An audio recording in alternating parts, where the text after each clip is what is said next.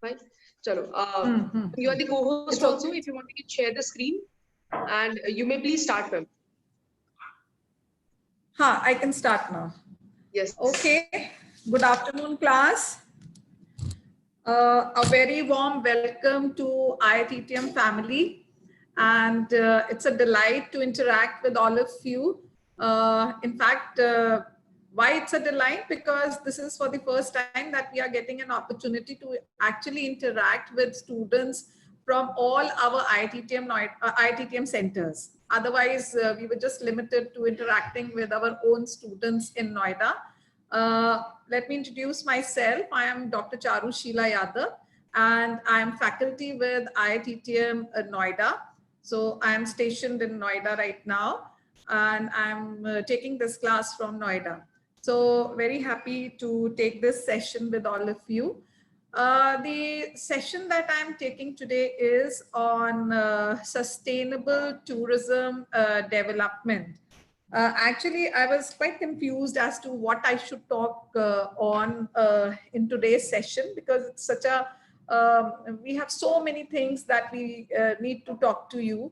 And just because it is your kind of orientation program, so I thought that I may take this particular topic of sustainable tourism development. So this is the topic that I'm taking for today. Just a minute, just let me share my screen first and then I may continue.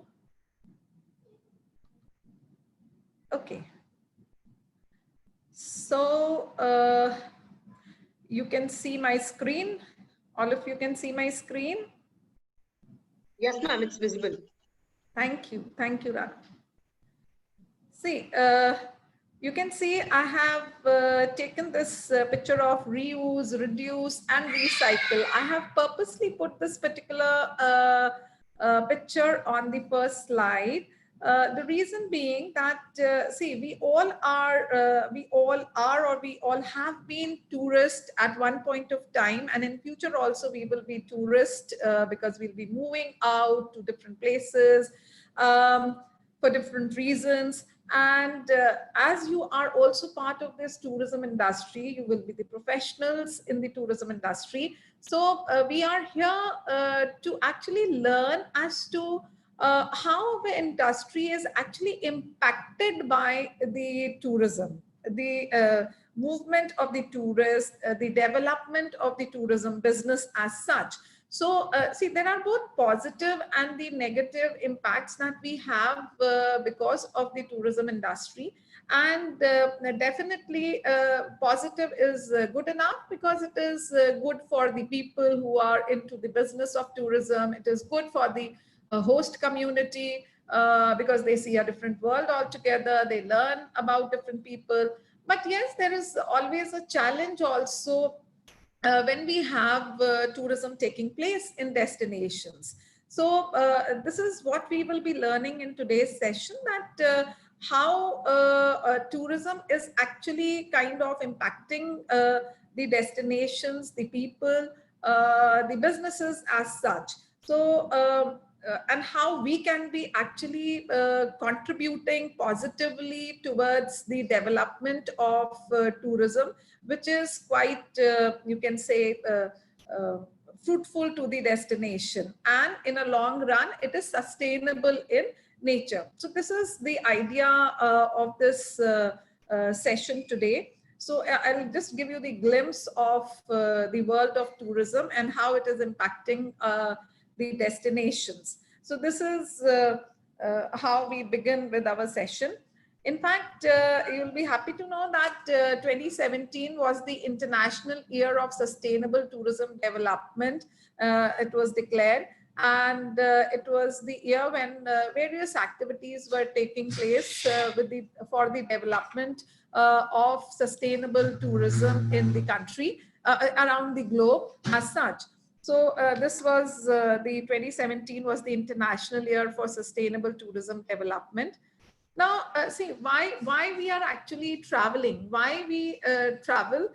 we travel for various purposes. We might have different purposes of our travel. We can travel for rest and relaxation. It can be pleasure. It can be, we have the nature of discovering new places, exploring new places. We want to know about different cultures. We want to travel because of religious orientation. Maybe we have a business purpose that we are traveling to different places. Maybe it can be health and wellness that we might take up our travel to places. Education can be another. Taking personal time for building interpersonal relationships, maybe because we want to spend time with our family, with our friends. So maybe we take a trip out and then we are moving. Or maybe it is just your hobby that you want to pick up and you are traveling for that. So see, there can be different reasons why we might be traveling. So these reasons are varying with all of us at a different point of time. But yes, the human nature is that we actually enjoy traveling, and we travel to different places. Motivated by these, we choose the destinations also accordingly. Now, because we are motivated by different factors, so we are choosing the destinations, like how actually we choose a particular place when we wish to travel. So for some, it might be culture. Maybe we are very much into the destinations, traditions, customs that we want to know. So maybe we are traveling because of that. So I have given you the glimpse of one of the traditions that we follow in Varanasi or in Haridwar. When we go, we have this Ganga Aarti taking place. Then it can be the love for the art and architecture, love for the monuments, that we love for the heritage that we might be traveling to. So I have just given you the picture of Taj Mahal over here, but we have a whole lot of monuments lined up in India with variety, with different nature, be it temples, be it mosque, be it tombs, be it minars.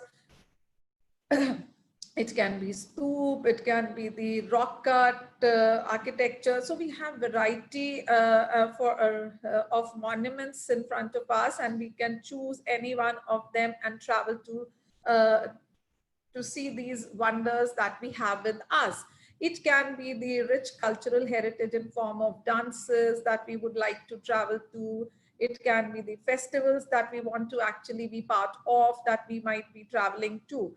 Then it can be shopping. Shopping is also one of the reasons that people take up travel, and it can be for shopping of different handicrafts. And in India is very rich in its handicraft. It can be a different experience that you want to have. Okay, so it can be a rural tourism that you might be going to. You want to enjoy these huts that we have. These are the huts that we have in Gujarat. So maybe it's a different experience that we want to have, that we are traveling for. Nature, okay, nature is another that we love to travel for. It can be beaches, it can be hills, mountains, deserts that we might wish to travel for. And so it can be the beaches that you might travel for. It can be the islands, it can be the natural beauty that you want to actually enjoy. It can be the snow-capped mountains that you want to enjoy. It can be wildlife. See, wildlife is another. Wildlife, tiger tourism, बहुत famous है. But it can be different types of wildlife that you want to enjoy. You want to enjoy the setting of a wildlife. You may go and explore a national park, sanctuaries, forests, jungles that you might go to, and you can involve into different activities of bird watching, tiger trail that you can explore, or you can just explore the beautiful flora that these jungles have. So it can be a variety of reasons also, even for the wildlife, if you want to take up travel. It can be adventure sports. Yes, adventure sports. It can be adventure sports can be, again, it can be soft and hard adventure that you might travel for. And nowadays, it's a craze among the youngsters, and it's a buzzword also that we have for adventure tourism. So adventure tourism can be like here you can see this fellow is doing skiing. It can be underwater activity that you can take up. It can be uh, uh, it can be mountaineering, it can be trekking. So variety of adventure activities that you can take up. It can be you can travel to the offbeat destinations and you can cycle around, and you can have a different experience with different modes of transport. You have nowadays the bike tours are in thing. Cycle is another thing that people are exploring the destinations with. So especially the offbeat destinations, you can enjoy the deserts and the desert life altogether. Like you can have these camel safaris, you can enjoy the life in the desert. So you have, see, you have so much of reasons and so much of destinations to explore, that India is really a kaleidoscope of giving you an expanse of destinations, and you will be, one lifetime is actually very short to visit the whole of India and enjoy and explore and experience it all together. But yes, this is just a glimpse that I have given you. Now, why we are actually, why these destinations encourage tourism? हम tourism क्यों होता है इन सब जगहों पर? क्यों? Why are we encouraging tourism activity as such? Tourism activity or tourism business as such is very important for destinations. One reason is very simple. It is the employment. See, you all have joined the different tourism courses, and it is because of the employment that you want to have in the tourism industry. So employability, so it is the employment generation that takes place because of the tourism activity, and you will find that it is the variety of employment that is available at the because of the tourism. It can be travel agencies you can work with, you can work as a guide, you can have your own venture, you can take photography tours, you can be escort, tour leaders, you can be working with as a tour operator. So and you can work on the online travel agency. So you have variety of employment opportunities. You can have your own hotel, homestays, and there is like a variety that you have of employment. Foreign exchange earning is another, because you have the foreign guests coming to the country and they bring in foreign currency. Infrastructure creation takes place.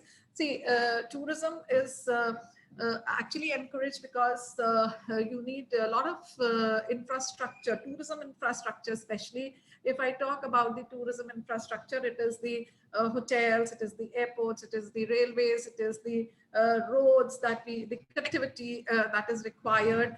You have a lot of amenities that need to be given to the tourists at these destinations. So it is the infrastructure creation that takes place. And once the infrastructure is created, it is not only the tourist who is actually using, it is the local community or the local people are also equally using these various infrastructure that is created. Conservation of natural and cultural resources. Because see, one of the prime reason for a tourist to choose a destination is the natural and cultural resources of the place. Like I have shown you so many natural and cultural resources in the above slides. So definitely, if these places are not up to the mark, if the monument is in a very dilapidated condition, in a very shabby and bad condition, there is no parking facility, there is no beautiful gardens around it, there are no dustbins, and they are all dirty, you would never like to go to such places. So the conservation of these resources takes place. Then reinforcement of cultural identity as visitors. Okay, even the host population, they actually take pride in their own customs and traditions and their resources that they have, because the others are respecting their culture. So you also start kind of protecting them, preserving them as such. Then now, there are certain impacts of the unplanned, uncontrolled tourism that we have. Like broadly, I will explain you here. We will not go into the much depth of it, like the socio-cultural problems that might arise because of the tourism. Now, the problems can be related to, like, the local population is the one which is quite hurt because of the unplanned activity of tourism, and they are devoid of their own place. They cannot move around freely. They actually kind of at times get very aggressive towards the tourists. They are kind of seeing their own culture being depleted also, and kind of you can say amalgamation takes place. So they see kind of spoil in their culture. Environment is another which is quite hard hit when we have these tourism activities taking place. There can be destruction of the natural habitat, loss. It can be the destruction of the cultural properties. Overcrowding takes place. It is a lot of pollution that comes in because of the tourist activity. It can be traffic congestion, it can be noise pollution, water pollution.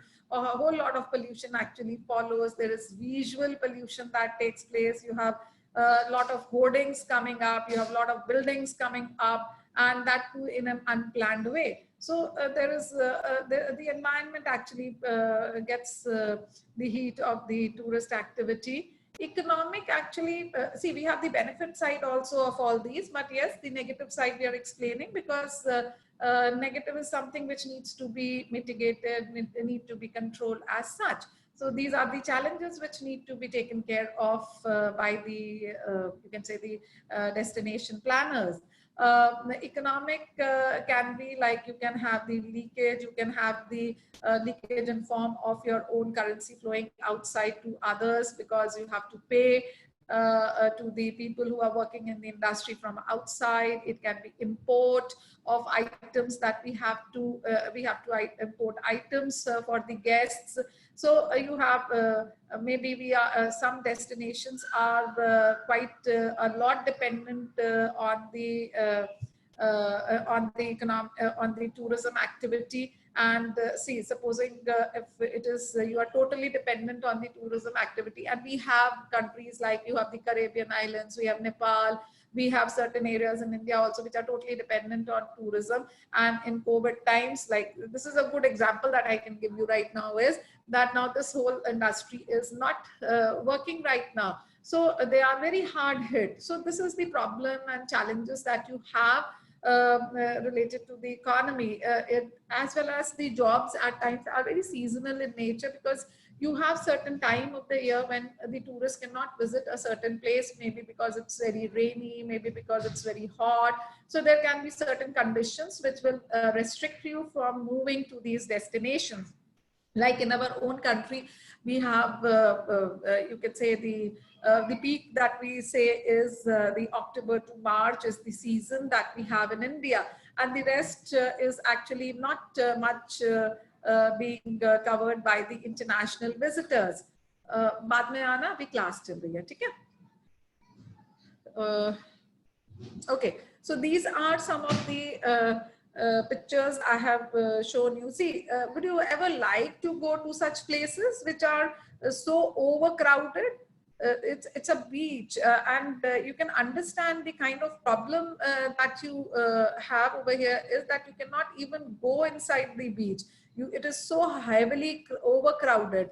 Now, even if a local want to go to this beach, he will not be able to go as such. So it is so overpopulated, overcrowded, and just see the how people are actually not getting space also. So it is very difficult. See, aggression, at times the aggression is so hard hit from the local population, you find that such type of slogans are written by the local communities. Tourists go home, because they don't want the tourist in their own country, and they want them to go back, and they should because their place is being there is a place crunch. Then you have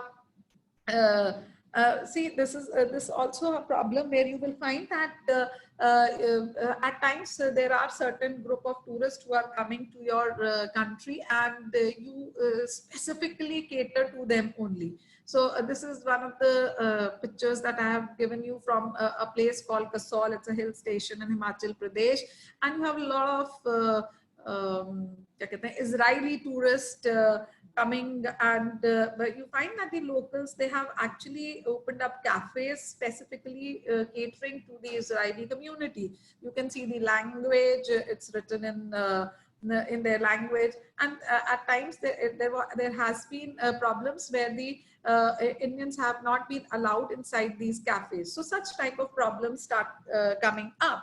Then this is another way of showing your aggression towards the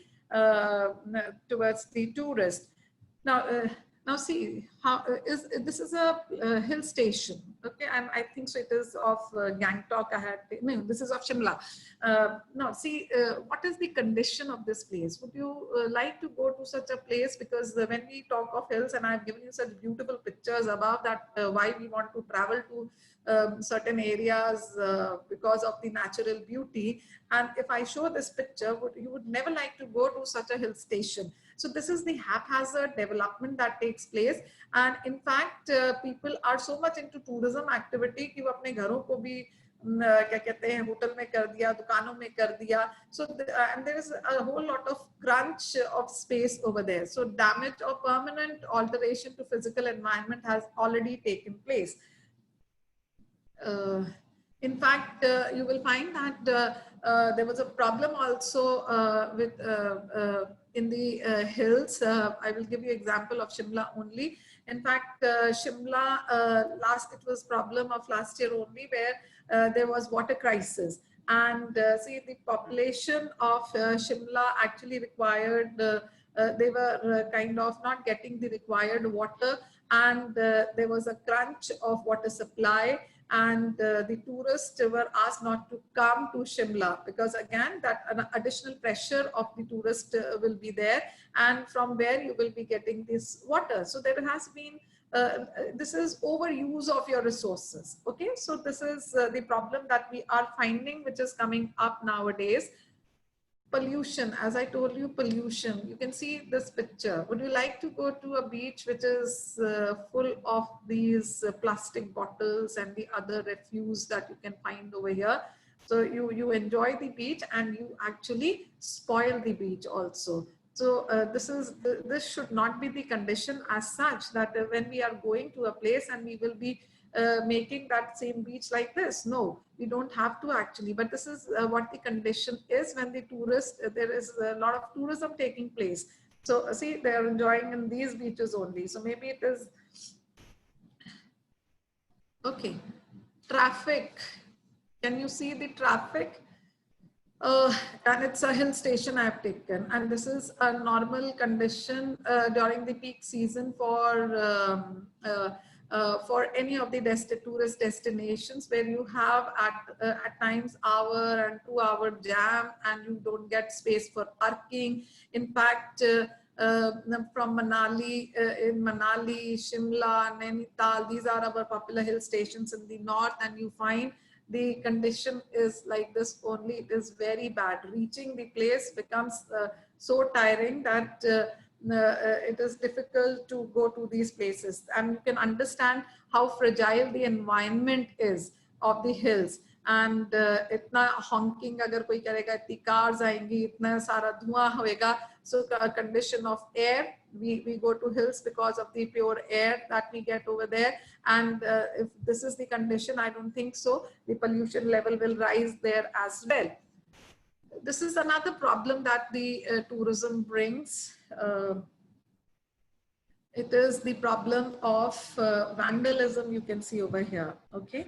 So we see we have the heritage properties, and heritage properties are supposed to be taken care of. They need to be conserved, preserved, and maintained properly for the tourist, for ourselves, not only for the tourist, it is for the locals. It is they are our pride, they are our heritage, and invaluable heritage that we have. And here you can see the condition where we very well go and write our names when we visited that place. And see, what you can see is the walls of these the originality of the place actually goes once you are doing all sort of vandalism like this. People actually stand anywhere, they scribble. This is the graffiti that I have shown you.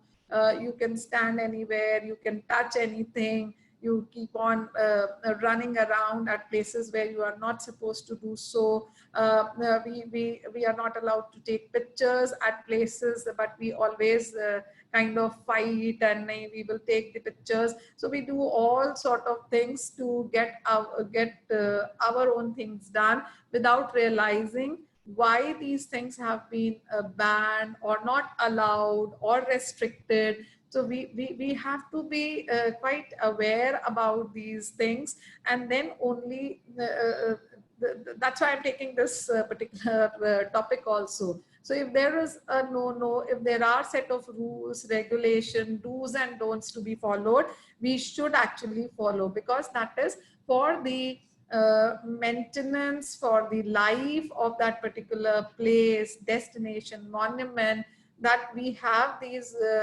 do's and don'ts in place. Now, so now as a tourism professional, because now you will be tourism professional after 2 years and 3 years for BBA, you have to, and you are now part of a tourism industry, you have to make people aware that whatever are the rules, we need to follow them rather than breaking them. Okay. Okay, so moving further, I'm just giving you a few examples of the problems created by tourism. Now, this is one problem that we have of the Everest tourism. Okay, so it is in the Nepal, and maybe you are, I'm sure, aware of what happened in 2019. There were a group, there were around 11 or odd people died at the summit of the Mount Everest. You can see this picture I have given you over here. So see, every year you have the these what we call these Everest and Annapurna Peak opened up for the tourists, and they are traveling to these places.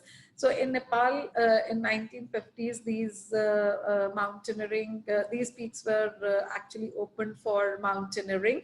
And it was not very popular during that time, and also it was not that anybody could go and climb up these peaks. But we have seen that for the past 2 decades, mountaineering has taken on increasingly a commercial angle. And because everybody thinks we will spend money and we will just climb up the Everest. No, it's not that. It's a very risky expedition actually, and we actually sitting in our homes, we cannot even judge the gravity of what happens over there. So we find it very easy that we can easily climb up the Mount Everest, and I'm physically fit and I can do anything and I can easily climb. But it is actually not so. If there are certain norms that need to be followed to be actually qualifying to for the Everest climb. So we have, in fact, just moving. Now, problems that has been created by the tourist is that why tourism is becoming a problem in Mount Everest region is that people are going to these areas and they are just leaving tons and tons of plastic bottles. There are food tins that are left, there are excrement, there are ropes, tents. We leave everything over there, and we leave and you will find that in fact it's a threat for the tourists, because oxygen starved tourist. Why oxygen starved tourist? Because see, already the oxygen level over there is very low, and when you have there was it is a place which is not to be habited, and when it is not as not a place to be habited, that means because the oxygen level is less and you have these people going in large numbers, so already that they are oxygen starved. Plus you are taking the oxygen cylinders, that also you leave over there. And the biggest problem in today's time is selfie. We don't even realize where we are standing and taking the selfie. In fact, you will find that now there are government, they have actually created certain selfie points, that here you can take selfie and beyond that you cannot take selfie, because you must have heard of various incidences where people have actually fallen off the hill or mountain or a ridge because they don't even realize where they are standing and taking the selfie. So there are selfie points now, and there are do's and don'ts for the selfies to be taken. Now, see, this is the condition that you have when tourism is taking place in such areas which are not supposed to be actually habited at all. And this is what the condition is. See, this is what we leave behind when we are going. Okay. And just see the condition. Here they don't when we actually see movies, we find you must have seen certain vertical limits and other movies related to the climbing of Everest or any other peak of the world. There you will find an expedition, maybe there are 10, 20 people who are climbing. And here you can see it is like any other hill station that we can see that people are just going up and climbing up, and it is such a risky and scary situation right now. And if one falls, he will make others fall as well. And the problem with us of taking selfies is another. And this has been the real condition last year, and people have actually fallen down and they have been bolo nahi class okay. So this has been the condition. This is just a little information that I wanted to give you, that there are certain rules that have been laid down to climb Everest. It is not everybody can just कि आज मैं Mount Everest उठा करके चलते हैं वहाँ climb करते हैं. No, it is not like this. So there is a certain age, 18 years, and then you have to do the basic and the advanced course in mountaineering from a recognized training institute. So this is the basic requirement that the National Nepal Tourism Board has given. You should have at least certain experience, 4 to 5 years of experience in Himalayan trekking. And also it is mandatory that you have climbed a peak around 7,000 meters. And what we did was that Mount Everest is above 8,500 above height. So this is the condition that is there, but now all these things are kind of being relaxed nowadays. So these checks are there, but I think so they are not doing it properly. Then climbing season. Yes, climbing season is one. They have a weather window actually. And this weather window is basically in the month of May, and it is for 10 to 12 days that this period is open, where you have the wind speed is very slow. And at that time only you can actually climb up this area. So these are certain conditions under which you have to actually climb up the Mount Everest. But what happened actually was in 2019 was overcrowding and traffic jam. The problem is that nowadays we get these all-inclusive packages are there. These packages are kind of giving you everything, and you can easily come, stay, and go up.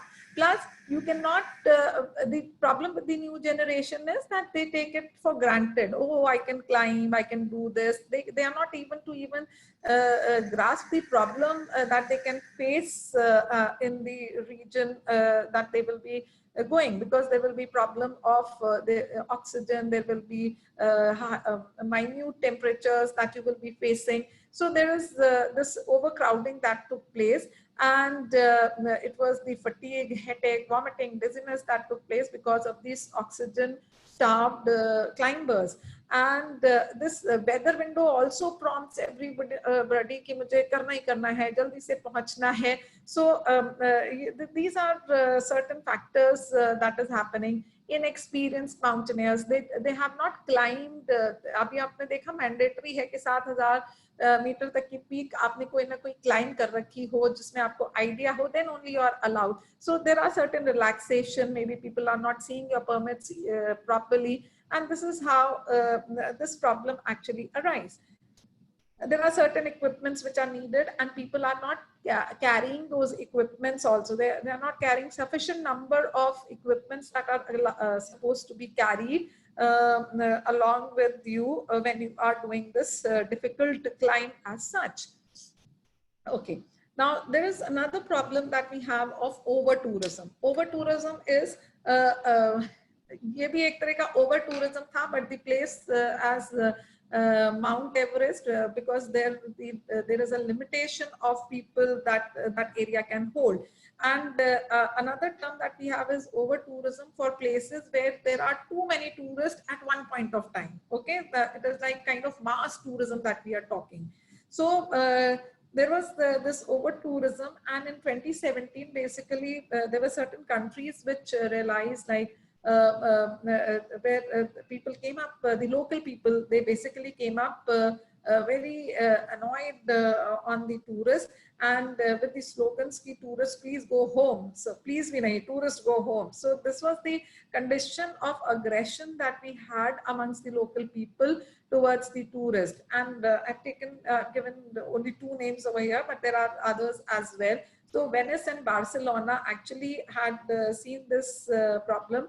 And it was because of the people could see that they were not even able to come out of their homes, and they could see their resources, natural, cultural resources being actually spoiled by the influx of the tourists that took place. And these are heritage properties, and they are so fragile in nature, and they could see how bad the condition was of their heritage, and they could not see, and that's why they came out and they came up with these slogans that tourists go home. So and it's not only the tourist who is it's not only the locals who are being actually seeing this problem. It is the visitors also are having bad experience, very degraded experience. See, why we go to certain places like beaches? हम क्यों जाना चाहते हैं? Because we want to enjoy a beach. Why we want to go to a hill station? Because we really want to enjoy the scenic beauty, the atmosphere, the cool atmosphere, the breeze over there. And if there is a lot of people at that place, that atmosphere is actually quite changed. So a very degraded experience for the tourist as such. Now in Venice, what happened was that Venice is seeing a lot of problem of over tourism, and past 25 years we have seen that the tourist number coming to Venice has actually quadrupled, 4 times it has increased, as well as you will find day trippers की वहाँ बहुत problem है. Day trippers मतलब जो आते हैं कुछ घंटे वहाँ पर समय बिताते हैं और वापस चले जाते हैं.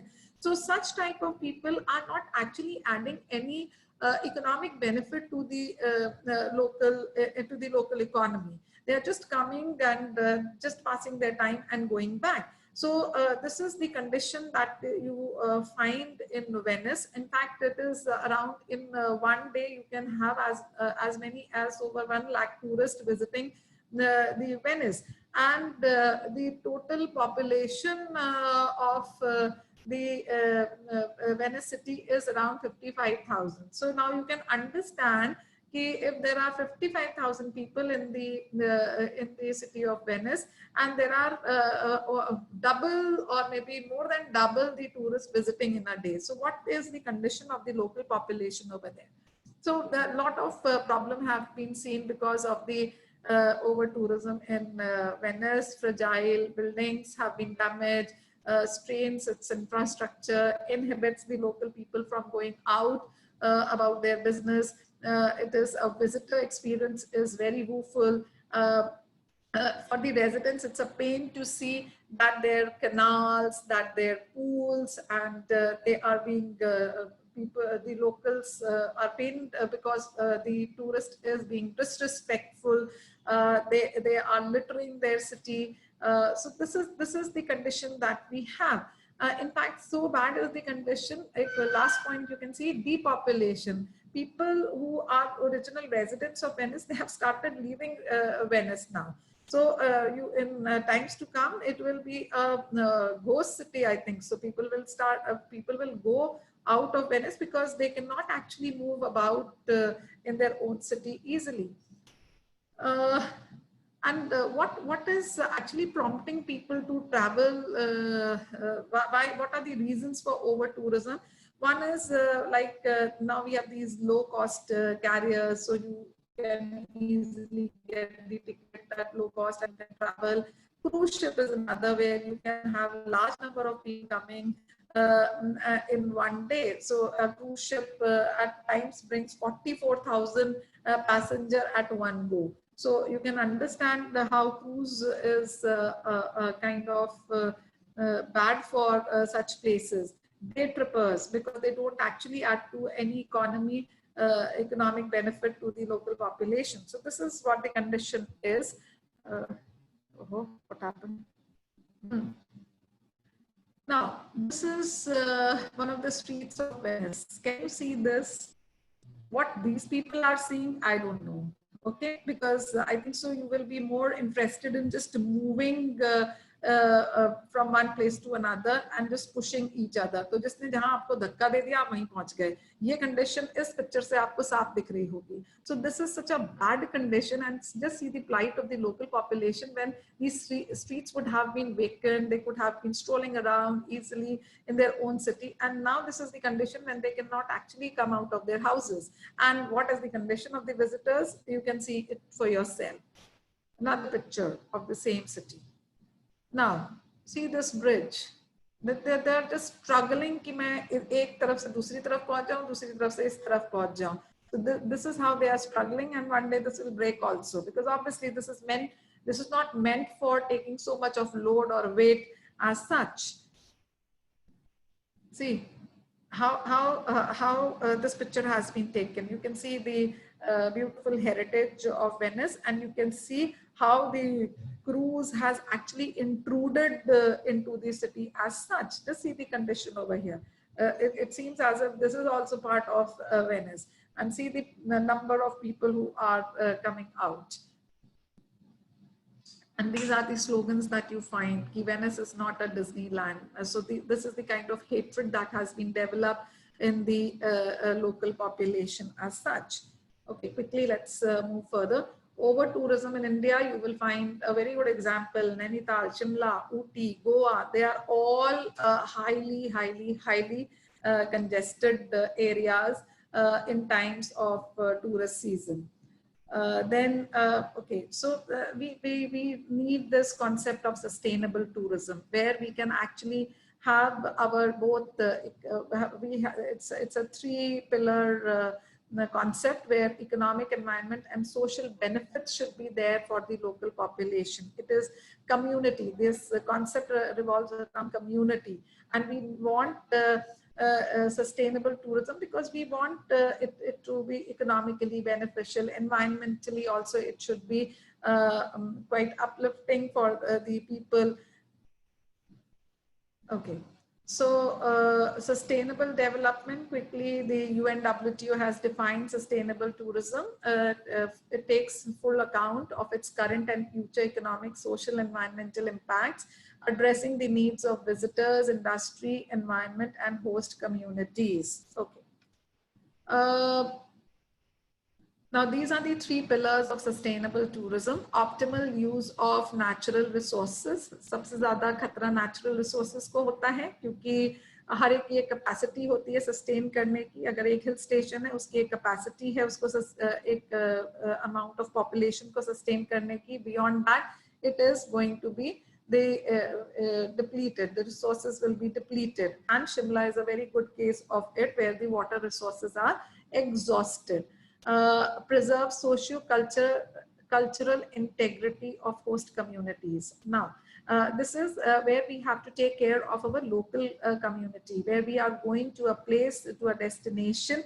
We need to have respect for the local population. As you can see the case of Venice, where the hatred for the tourist has been so high that they have come out and with these slogans. They don't want people to be there in their own city. So we have to preserve the socio-cultural integrity of the host community.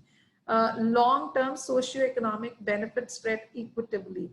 Plus, we want that tourism should actually contribute to the local economy. Like, again, I can give you the example of the Venice, where we are saying that the day trippers, they are around coming in lakhs and lakhs in a day at times, and without any contribution to the economy of the Venice. So such type of people are not good for a particular destination. So we need to have certain things to be taken care of. So this is what the sustainable tourism actually aims for. UNWTO has given this. Economic viability should be there, that it should be destination should be getting economic benefit of the tourist activity. Local prosperity should be there, because more contribution should go of the tourism should go to the local population. Employment quality, so employment opportunities should be there for the local population. Social equity, that means all the benefits of tourism should be kind of going to the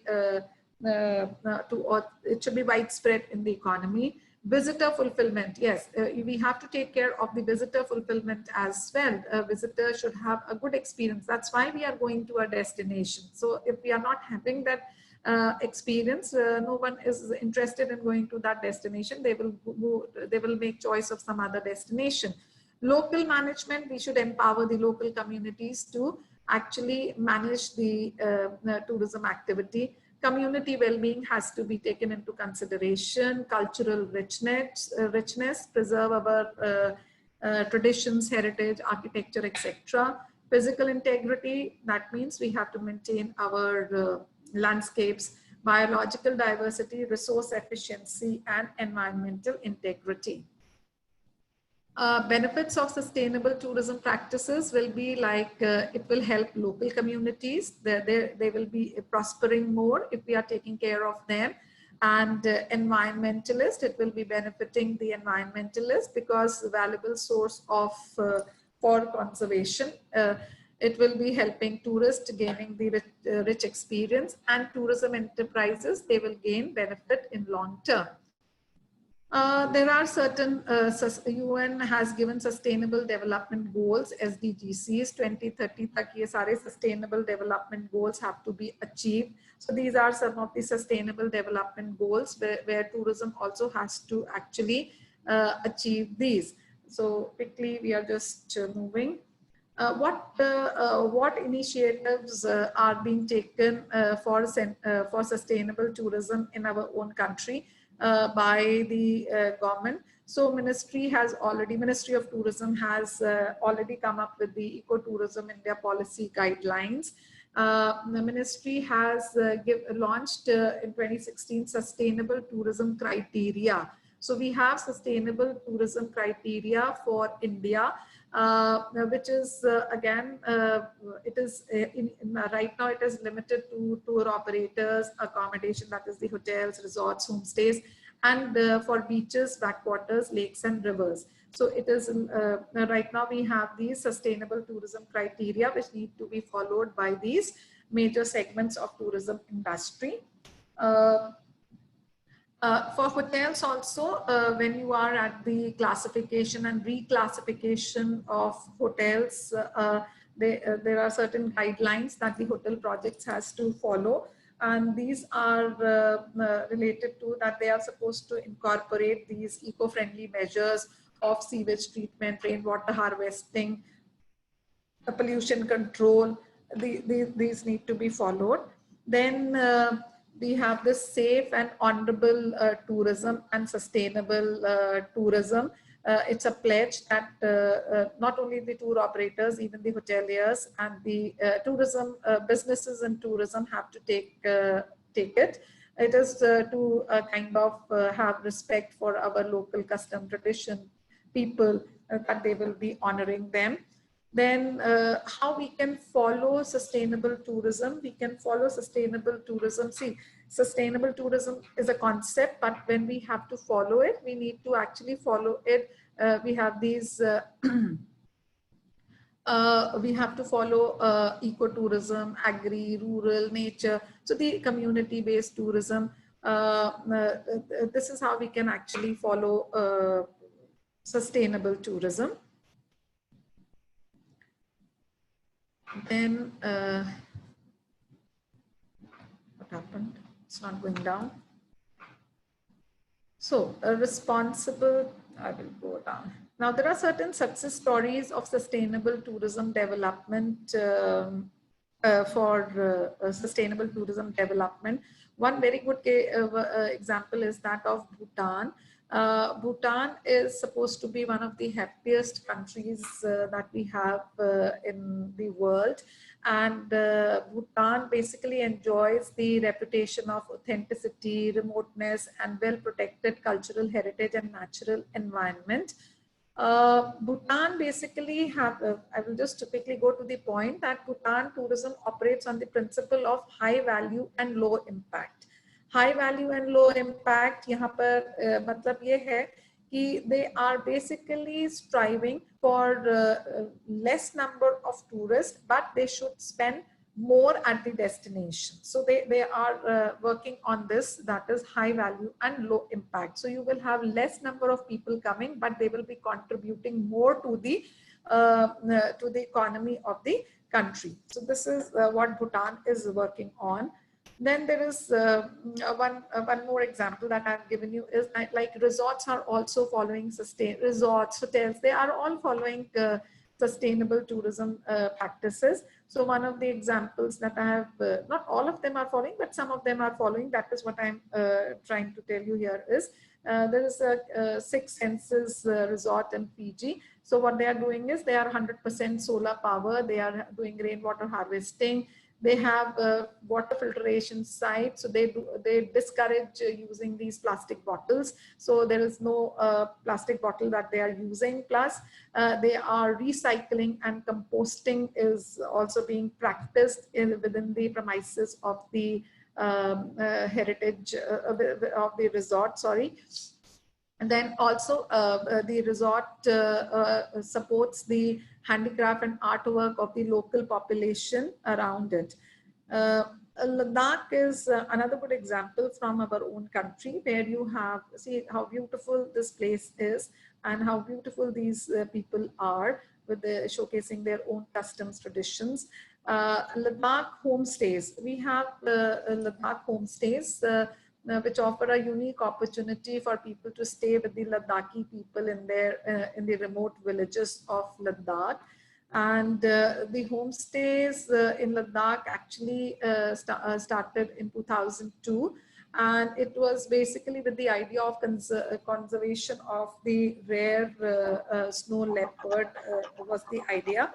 And there were around 100 households across Ladakh that were actually open to the visitors as homestays.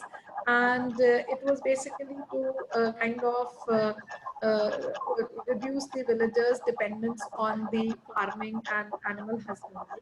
So it was an additional source of income that these people had.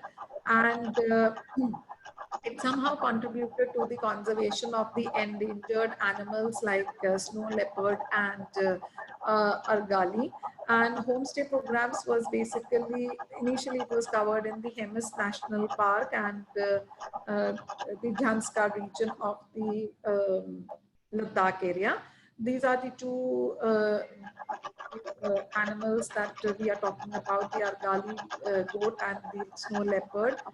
Homestay experience is very unique in Ladakh. Excuse me, ma'am. You get a very Excuse me, ma'am. Yes. Charu, ma'am. I'm very sorry to interrupt in between, but we are we do not have time left now. It's only 2 minutes left for the class, and we have our another scheduled class. We have few chats also for you in which students have asked good number of questions. Okay, so I'll quickly run through just a minute. Sure. Okay, so you get an exclusive experience in the homestays of Ladakh. You can see this, how people are enjoying. And these are some of the initiatives by the local where they have these tented cafes where you can go and buy the Maggie, water. You don't have to carry any plastic water bottle. You can carry your own bottle, and there they will be giving you the fresh water, as well as lukewarm water can be given. Solar showers have been put up, in fact, by the tour operators, Snow Leopard Trails. They have put these solar showers. In fact, Ladakh homestays actually they give 10% of their whatever they earn they give it back to the community, where it is being used for the cultural heritage management, garbage management, etc. So this is how they are making use of it. And there is a certain code of conduct that they have laid down for the tourist. Then Thenmala, it is the first planned ecotourism project of India. So you can go through the website of Thenmala. It is in Kerala, and it is the first planned ecotourism project. Then Govardhan Eco Village is another site in Maharashtra, which has actually bagged the United Nations award also, and it is they are involving the local population. Okay, this is the view. Kumarakam in Kerala is a very successful case study for the responsible tourism projects in Kerala. In fact, it has backed many awards also, and they make use of the local population. They have banned plastic, they are into organic farming, they are training the local people. It is community based, it is totally community based, and the community over there is running this whole project with the help of the government, definitely. Then various awards have been given to Kumarakam Responsible Tourism Project for various reasons. It has National Tourism Awards. Many a times it has received for the best project, for the best rural tourism project, and the PATA Award. A UNWTO prestigious award has also been conferred to it. So this is how they are the community-based tourism that we have. Now, are you a responsible traveler? So now you have to actually answer this, that are you a responsible traveler? It is before you leave your house for any destination, you have to keep this thing in mind, that how you can be a responsible traveler.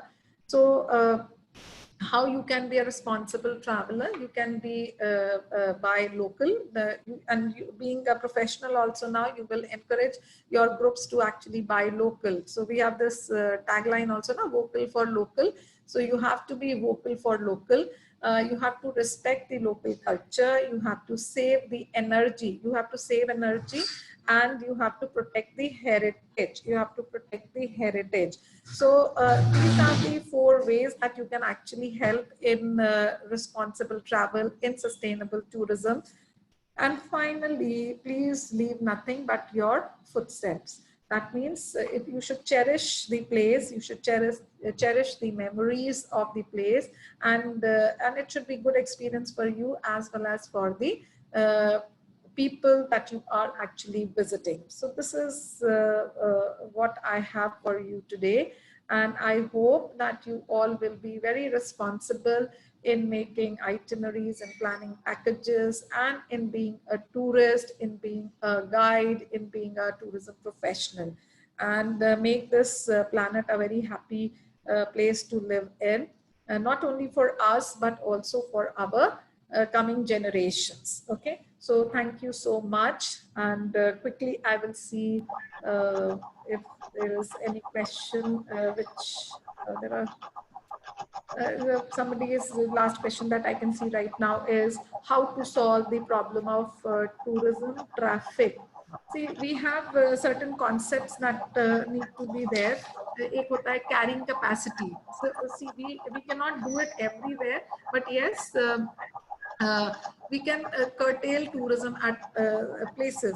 We can redistribute or you can say redistribute the tourist traffic, rechannelize the tourist traffic. कि अगर कहीं एक particular place में concentrated है, जैसे कि Nainital, just to give you an example, people because these are the places where people always like to go. सब जो है नैनीताल ही जाना चाहते हैं. But there are other places around Nainital. We have Ranikhet, we have Almora. We can move the tourist traffic to these places also. So this is how we can redistribute. So traffic, tourism traffic की एक problem खत्म हो सकती है. In fact, बहुत बार आपने देखा होगा या अब आप पढ़ेंगे जब, क्योंकि मैंने आपको बताया है, you will find that people they have Thailand, it had closed beach. We had Philippines, उन्होंने अपना पूरा बीच बंद कर दिया था और slogans आ गए थे कि beach is resting, island is resting. So it was such a bad scene of tourism over there that they wanted to revive the natural beauty of that place again. So at times we need to close places, ठीक है, या artificial कुछ हम बना सकते हैं जहाँ लोगों को encourage कर सकते हैं जाने के लिए. So this is there are various ways. और carrying capacity भी होता है कि limited number, we need to limit the number of people visiting. So this is one way that you can do. क्या है? Just let me see if there is any other.